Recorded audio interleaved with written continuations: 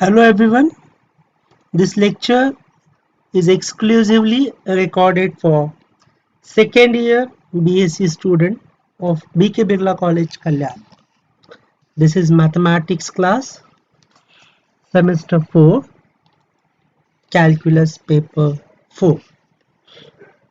In this class, we will state and prove Lagrange's mean value theorem for two variables.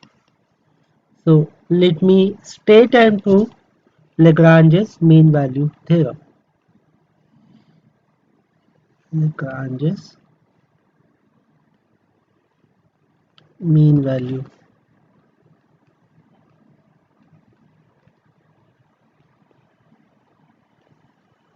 theorem, LMVT, for two variables.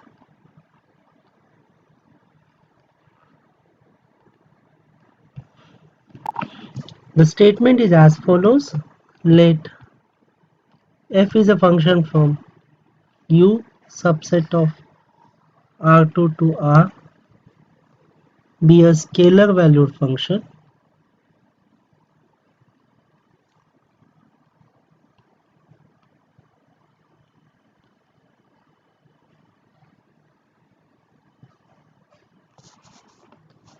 defined on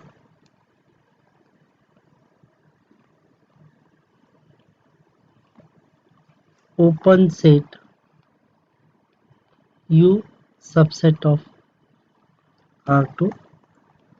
Let small p is equal to open interval a comma b which belongs to capital U. Suppose f is differentiable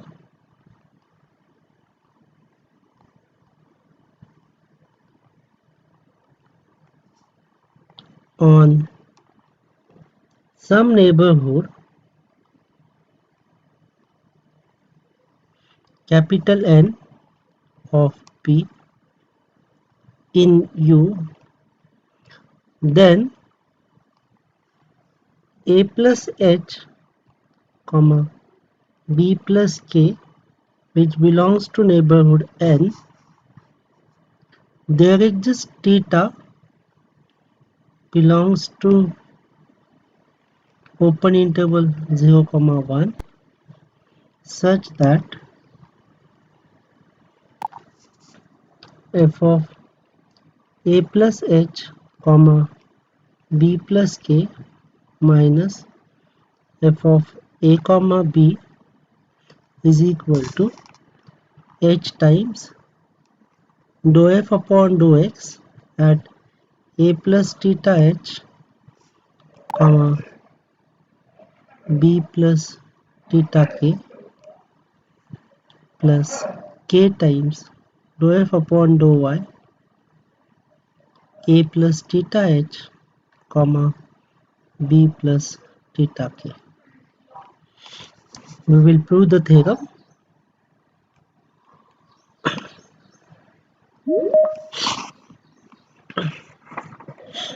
So let's write down what is given. So it is given that number one fact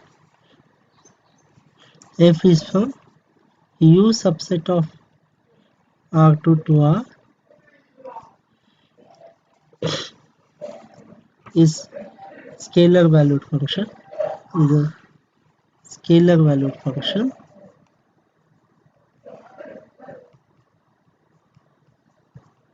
It is also given that f is differentiable on some neighborhood capital N of P in U. Now consider A plus H comma B plus K which belongs to capital N. Now we will have the suppose define small r, a function from close interval 0 comma 1 to r2 as r of t is equal to x of t comma y of t, which is a plus th comma b plus tk, right? So where x of t is equal to a plus th and y of t is equal to b plus tk. So this defining x of t and y of t is important. So observe that my r of 0, if I replace t by 0 in this expression, then I will get a comma b. And if I calculate r of 1, then I will get a plus h comma b plus k. So now the mapping is as follows. So this is close interval 0 comma 1. So small r is a function from close interval 0 comma 1 to r2. So let me draw a diagram in r2. So this is my a, this is a plus h, this is my b, this is b plus k. So a comma b, this point is a comma b, which is my point p, and a plus h comma, this is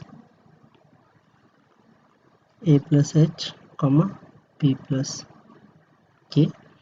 So you observe that suppose I have, this is my u, suppose this is my u, capital U I have,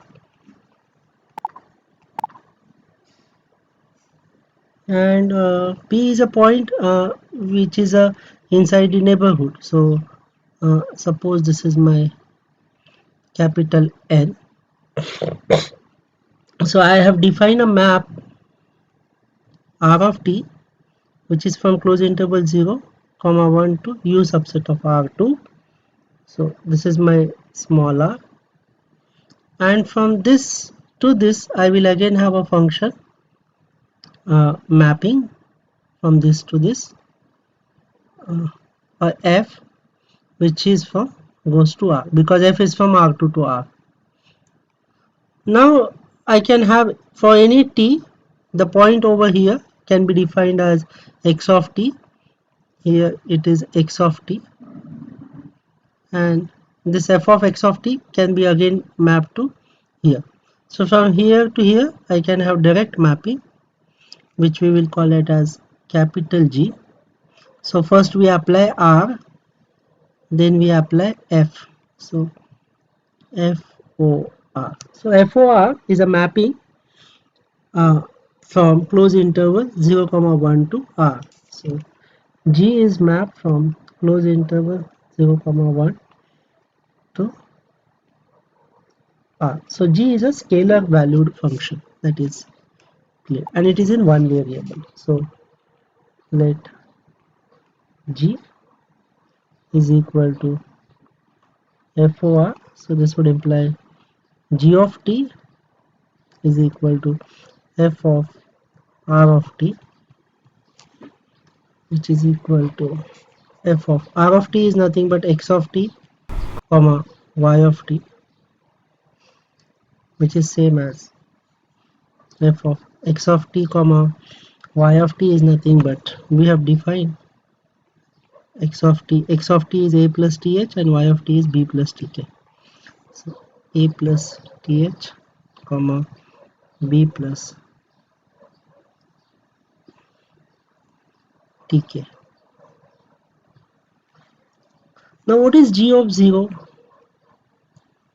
G of 0 is f at a comma b, and g of 1 is f of a plus h comma b plus k. So further, this f is differentiable, r is differentiable because it is a linear map. This linear map is differentiable.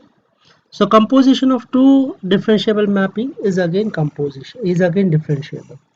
So G is differentiable. Since F and R are differentiable. So since G is differentiable, we can find out the derivative. So what is derivative of G then? So by chain rule,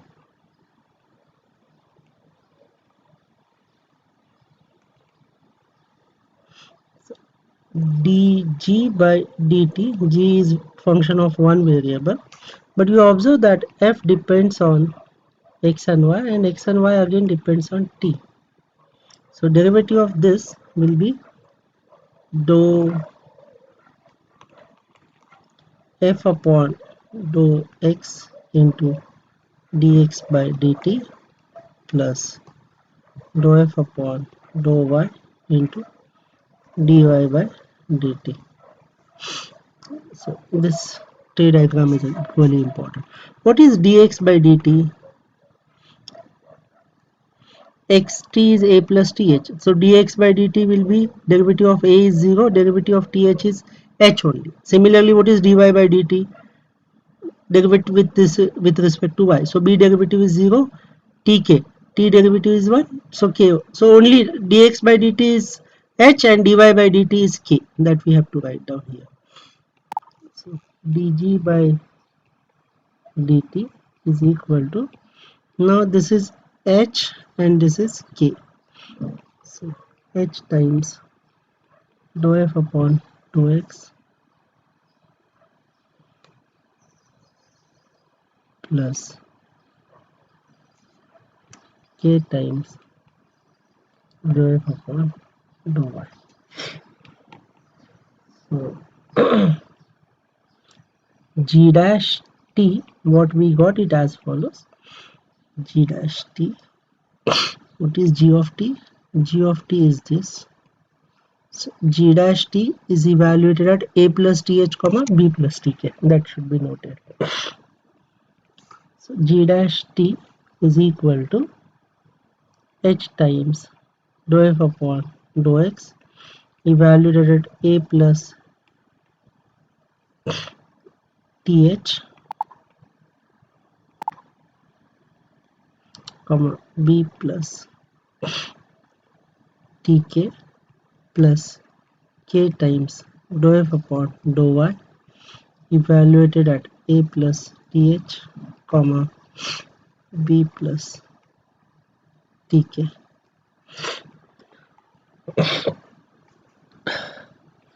So now let's what I have to prove is as follows. I have to prove this. Right. So let's consider the left hand side and we will see whether we get right hand side or not. So let's calculate left hand side. So f of a plus h comma b plus k. This is what my left hand side. Let us see. Yeah, f of a plus h comma b plus k minus f of a comma b. Yeah, I should check whether I am getting this or not. So f of a plus h minus f of a comma b.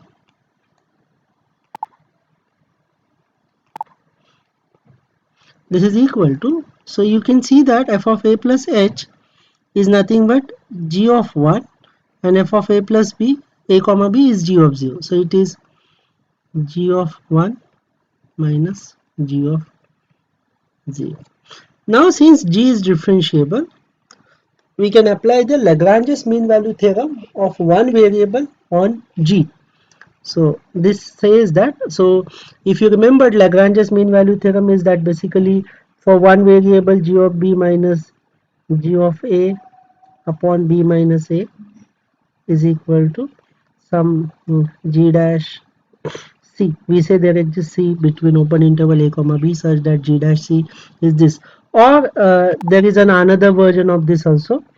If you remember that there exists theta such that what was it? There exists theta such that uh, uh, g it says that yeah, so g of a plus theta h, g dash at a plus theta h is equal to g of b minus g of a upon b minus a, but b minus a is basically h, so here we write down h. Instead of b we write a plus h minus g of a. This is also a Lagrange's mean value theorem. Now what is in this case, now you should note that my b is 1 and a is 0. If I want to compare this, then what is my h? I wanted to know h, so h is basically b minus a, so it is 1 minus 0, so according to this it will be g dash at 0 plus theta, h is 1 minus 0, right? So this h is anyway 1, so g of a plus h means 0 plus 1, so g of 1 minus g of 0, right? So this is what we can replace this by this, so we should say by Lagrange's mean value theorem of one variable. I hope you have understood. If not, then in the actual lecture we will definitely focus more on this. So what I got is as follows: f of a plus h minus f of a is equal to, this is g dash at theta into 1 minus 0 means theta only. So g dash at theta. But what is g dash at theta? Yeah, this we already have calculated. So let's call this as number 1. So from 1 we know g dash t. So g dash theta will be h dou f by dou x a plus theta h comma b plus theta k plus k times dou f by dou y a plus theta h comma b plus theta k.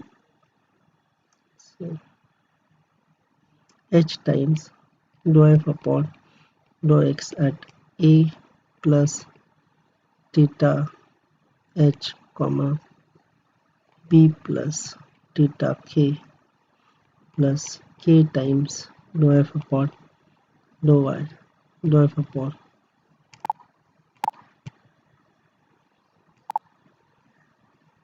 a plus theta h comma b plus theta k. So this is my f of a plus h comma b plus k minus f at a comma b. I did one mistake here. I should have written f of a comma b.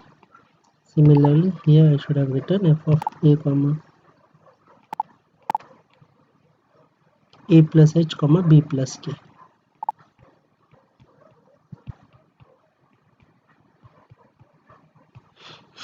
Right, so I think we got what it is required. So this is what we have wanted to prove, so hence proved.